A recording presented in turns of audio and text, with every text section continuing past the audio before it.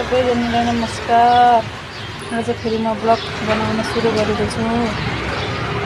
युट्युबको साथी सबैजनालाई स्वागत छ। आजको तरकारी छ हाम्रो यहाँ दाल र मासु पकाएको छ। देखो चिकन, तपाईहरु के पकाउँदै हुनुहुन्छ साथीहरु? हाम्रो चाहिँ चिकन तरकारी पकाउँदैछ यता दिदीले पकाउँदै हुनुहुन्छ। हेलो मलाई आई म त भान्सा गर्दाखेरि यसरी कालो रुमाल लाउँछु अथवा जुनसुकै कलर हो भने एउटा रुमाल ठक्क लाउने, कपालहरु उडेर भान्सामा झर्दैन। आज चाहिँ म भान्से भएको। यहाँ मेरो बुहारीले जहिले पनि पकाएर खुवाउने, मैले आज यसो म पनि पकाएर टक्क सबैजनालाई खुवाउँ भनेर म चाहिँ यहाँ भान्सामा छु है साथीहरु। लागि चामल धुँदै हुनुहुन्छ हाम्रो दिदीले।